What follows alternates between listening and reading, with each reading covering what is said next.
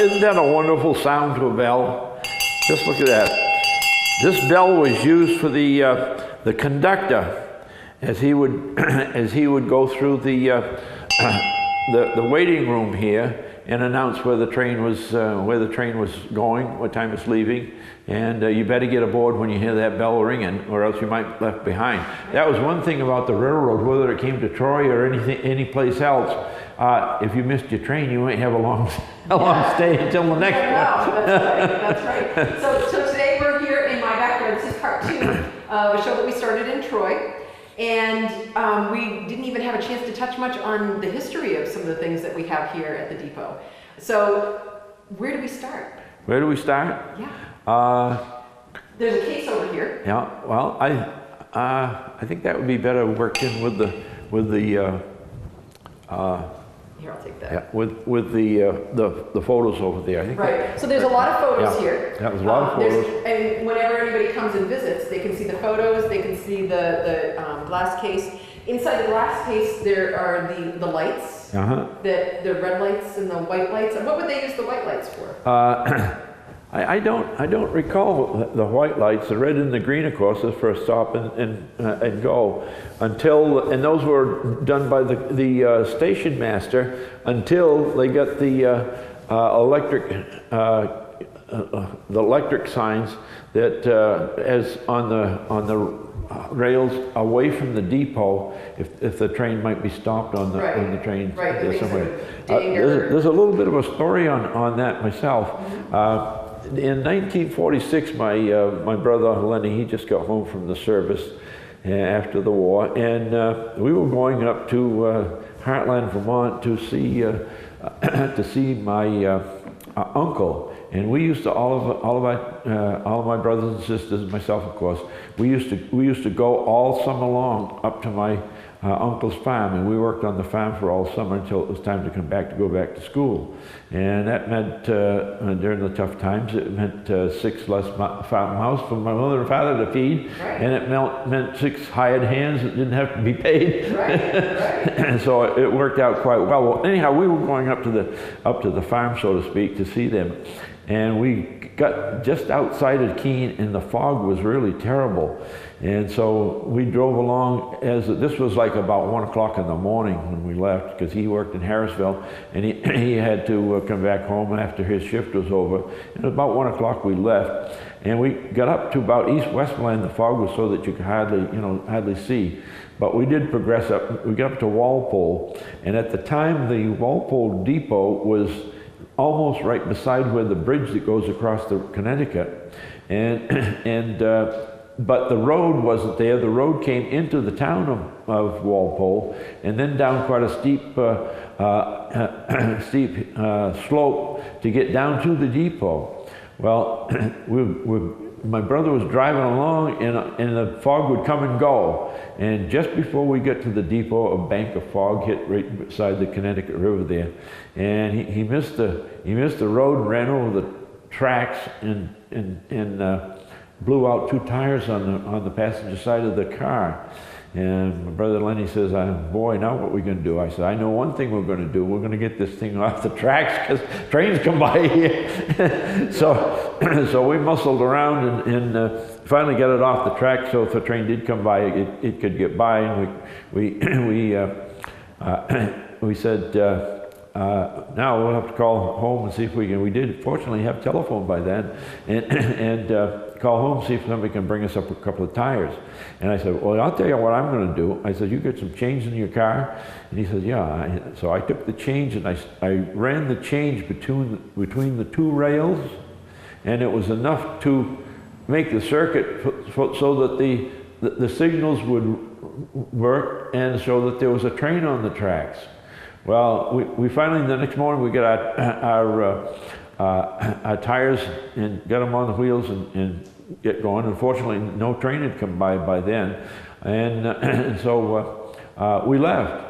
Well, the next day, or the second day, said in the Bellows Falls paper, I think it was, said that someone tried to stop the train by making a circuit across the rails with chains. You knew who that was. Yeah, you knew who it was. Yeah. But I mean, that was how the signals were made by now, a vehicle by itself would not make a circuit like that because of the rubber tires. Right. But you could short it out that way for a short while.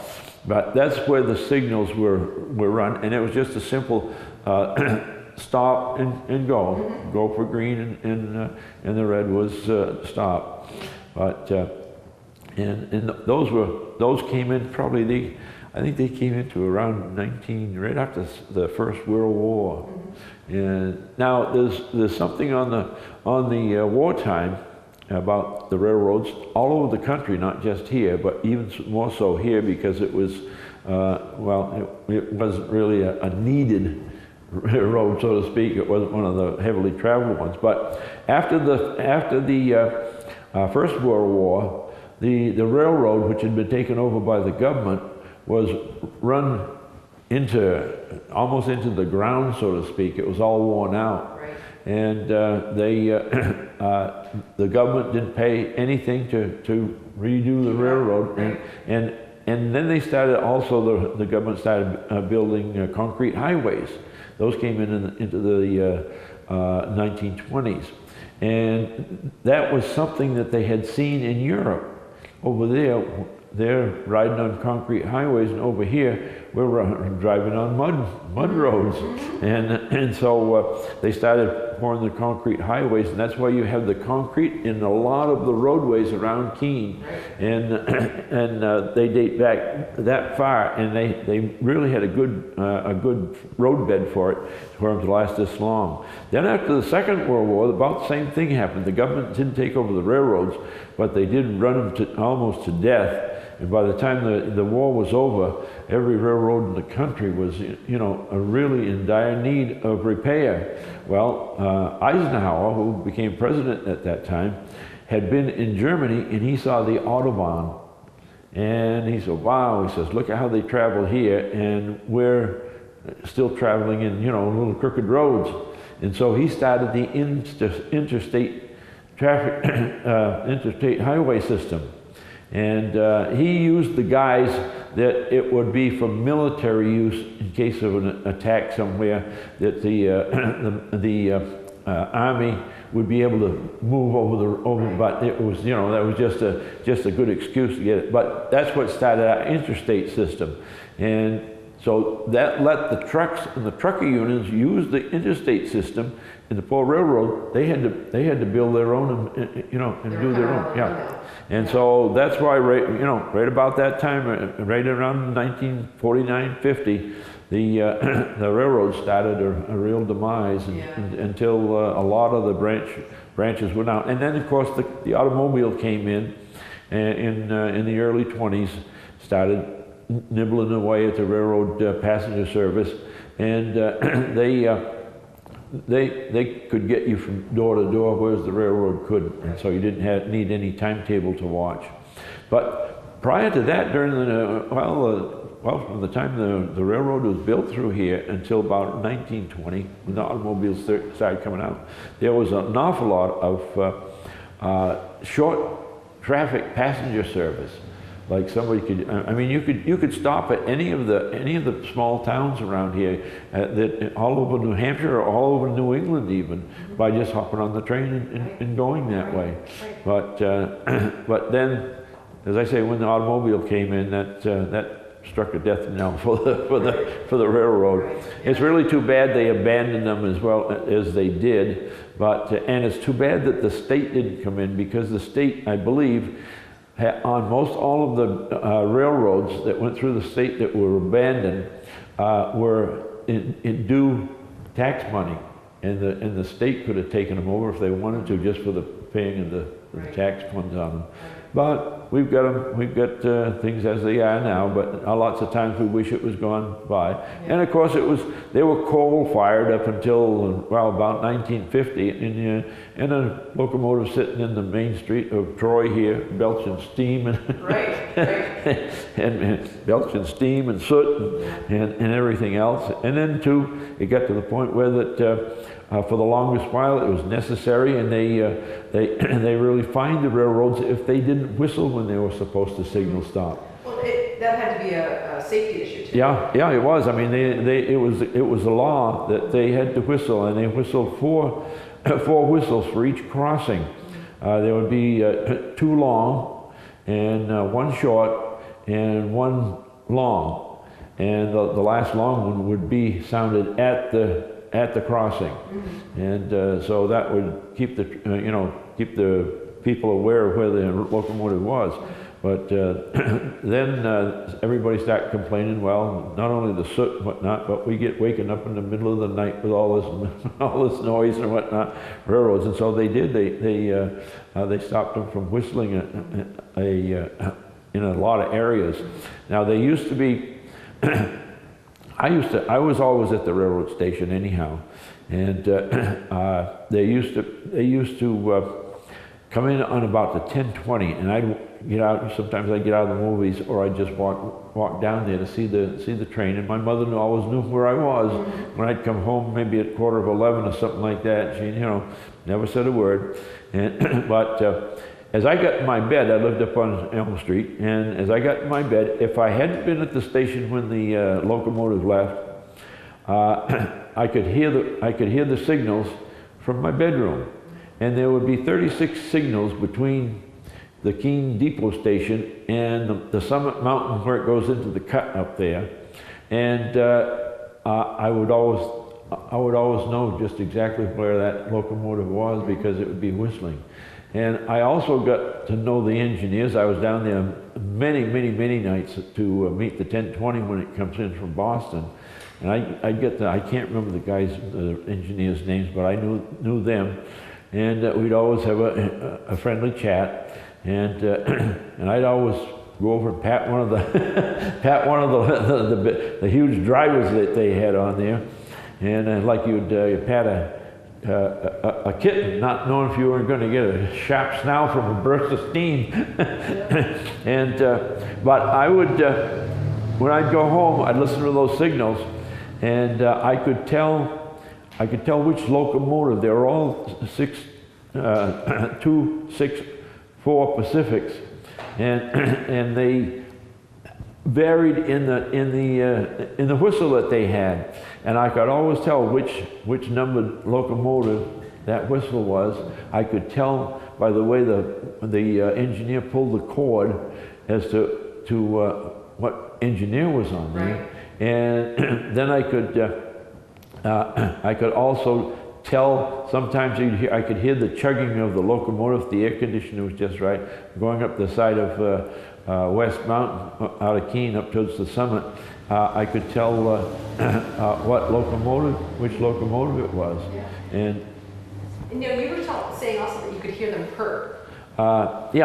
It really amused me because I'd stand out there in the cold of the night waiting for the locomotive to come in, and when it came in, I'd be freezing, maybe in 18-degree weather out there, and that locomotive would just sit right there while they're taking on a load of water probably, and or passengers.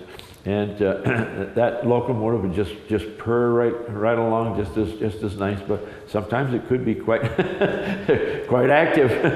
But I always wondered, gee, it sounds so nice in the cold of the night when I'm freezing out here, and that thing is so warm. And a lot of people considered the machine. Of course, the machine is a she, and all considered that she was alive. Right. Wow, that's what she sounds like. It was something. And when the first, I forget where I was when the first Cheshire came in 1943, I think it was, and that came in, and I can remember I was outdoors somewhere, and I heard that whistle, which was different, completely different than any other whistle we've had. And I said, "What in the world is that?" So I had to hurry down to the depot and see that. So I was part of the crowd that was down there when it first came through. It came through earlier than that. I think it came in late in the 30s, but it didn't stay here. It was just to go around. Now. And what did it end up being? A different train, It was a completely different train. It was a diesel a diesel engine, and it had three sections to it, and the three sections couldn't be detached, so it always went together as three units. And it was called, when it went through here, the Cheshire. Or previous to that, had been named the Yankee Flyer, and it ran over in Boston to Portland, Maine. Yeah. And it ran on this route here mainly because the president of the railroad lived in Springfield, and he would take this nice locomotive and almost like bud cars, yep, and he would take it from Boston up to Charlestown, get off at Charlestown, get on the Springfield Electric.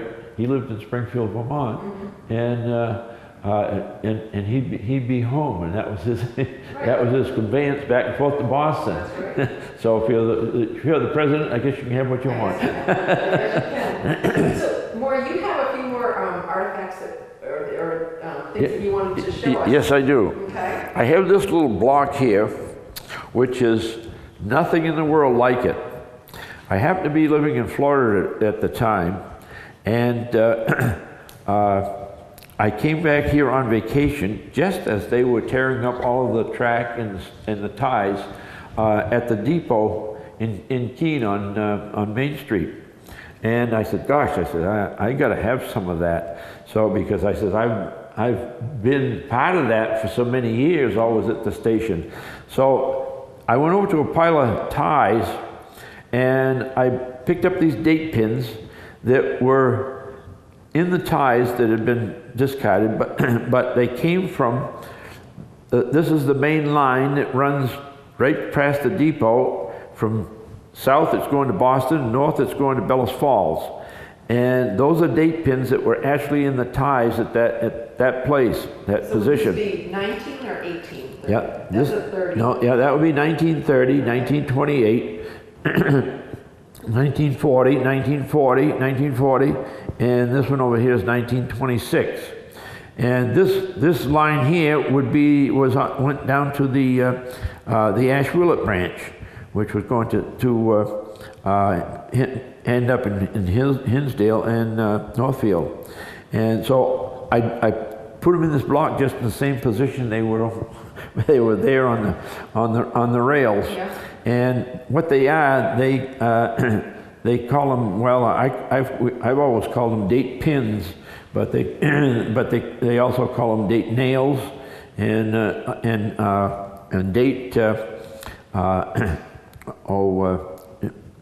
date spikes. And they're put in they put these nails in the tie the year that they put the tie, made the change in the rail. So these particular, this one here is on the main line 28. So from 1928 to 1958, I believe, when these were taken out. 58. No, it was abandoned in 58. All the trains that came into Keene or left Keene went over this 1928 pin. Wow. Wow. Now there's about 160,000 locomotives that went over this main line. Not these pins, because these pins aren't old, but during the lifetime of the railroad in Keene, Troy, whatever, there's about 160,000 trains went past here. Amazing. And then you have some pins here. Yeah, I have some. Let's see. Now these are rail spikes that came out of the same area, and they're not made they're not made really straight, but when they pin them in, it has a tendency to tighten the tie onto the rail onto the tie, so to speak. So this one here looks like it might have been built a little bit bent a little bit more when they took it out. But these hold the track onto the in this ties. into the, in this manner onto the ties. This one here is and I also got these out of the scrap heap from right in front of the depot. And this one here is relatively new, and and this one here is a little bit older. But these were just driven right into the right into the tie, and the rail sets in like this, and it tightens the rail right down so it can't get off. Then there's another one. This one here is a little bit older. It's also a little bit shorter, a little bit smaller pin. And these look like they were pounded. I mean, they don't look like they were poured. Like well, no. What that is chips of rust. Oh, really? Yeah, Okay. the rust has chipped it off. I see. And this one here was a real find to find this in with all of these other newer ones. This one here probably, I almost say that probably dated back to 1880. And because it's the way it's formed here, and it's small, it's a little bit shorter, and it had the same function, but it's just a smaller pin, and it was probably, as I say, I think it probably might have been in that tie that it came out of since 1880. Yeah, yeah. So you might even find some of these today if you're walking along the bed. You have to really look. Yeah. You need to. You know what they find in the mostly in the fills along the rail lines. You know, where areas have been filled in, and some places have been filled in, you know, maybe 40 feet or more. You know, people have gone in there to excavate it out and see what was in the, you know what they find mostly? Chicken bones. Really? Yeah. Why? Because the trains ran over the chicken? No, that's when they were laying the track. That's what those guys were eating. Huh. Yeah. That's funny. Yeah. So did these cars have food on them when you were going along, or did you have to bring your own food? No, there was. I think there was one train a day that had a service such as that. But they did have a guy. I forget what they called him. Gosh, can't think of what they called him. But they had a guy on the train that peddled, you know, a sandwich or or something like that, or just little snack things to eat, or maybe a drink or two, and you could buy something like that. It was quite a trip. It would take about 3 hours to get from Boston to Keene, and that was one of the things everybody. That's not long, really, considering. No, it isn't. What it would take before. Yeah. I mean, it was about 10 times faster than what it had taken before, but people don't consider that once they say, well, you know, just. Now that they've got cars, they can get there. And right. And the reason for that was because they used to have to stop at every depot along the way, even this one here, and pick up maybe 1 or 2 passengers or whatever it needed. But it was a long trek, and it was the night train that came up. I don't know if it was any faster by riding on the Cheshire where the president rode, but now It was probably on time, though. yeah. And but I think I mentioned that before that the rail line wasn't really coming this way. It was because of so many cuts. It was going over towards Richmond further, but there were a number of grades. And some of the freight cars or gondolas or whatever it might have been got detached from the train itself. Right. And let me just pull this up here. okay, did that? Okay. This here shows a lot of the grades. Yeah, that's a magnificent. I've never seen anything like that before. Yeah. And but it is. It gives you the elevation of all where you're going. Can they get a picture of this? Yeah, we'll lay this in there. Okay. So Bellows Falls was really low, and you were telling me that it was easier for the vehicles to go in or out of Bellows Falls. I can't remember. Coming north. Okay, so coming north from Boston. From Boston. Yeah. Okay. Well, this one is Ashburnham. Yep. Yeah. So Ashburnham, North Ashburnham, Winchington, State Line, Fitzwilliam, Troy, Marlborough, South Keene, and then you get to Keene. Yeah. And it was easier for them to come in. It was easier for them to go north because the rail cars were empty, most of them. And there was one train that came down early in the morning, about 6 o'clock in the morning. They used to call it the milk train. and it would go, not pick up hardly any passengers along the way, because they had to get the milk from Bellas Falls, from the Bellas Falls Creamery, where they separated it. You know, today you buy skim milk. You know, it's really a healthy thing. You know what they used to do with it? They used to out at the Bellas Falls Creamery. There used to be about a 4-inch pipe continuously dumping skim milk into the Connecticut River. Oh, God. The things that they used to do. For years and years and years. Well, Maury, you know what? Another half hour's gone by. Another half an hour. Should I ring the bell? Well, thank you so much for joining me on this, and I think we're going to have to do another show, because there's still so much more for us to talk about. There is. So, thank you again, and I hope that we do have a chance to talk again soon. Me too. Yeah. There's just, I mean, to me, this is what's really important, because if we don't tell this story, then there's going to be a lot of people that don't even recognize any of this, don't have any recollection of it. They have. I mean, there's tons and tons of people today, and of course the youngsters today have no idea what traveling conditions were. No, everything's quick, easy, fast. So today we've been in my backyard with Maury Whitney, and again, I look forward to talking to you again soon. I'll be there. All right. Great. So if you're interested in more information about In My Backyard, you can email us at inmybackyardch8@gmail.com, and we'll get back to you. And maybe you have some more information for us about the railroads or history of Keene or different things. This is a show on the Monadnock region. So if you have something that you'd like to share, let us know. So we'll look forward to seeing you again in my backyard.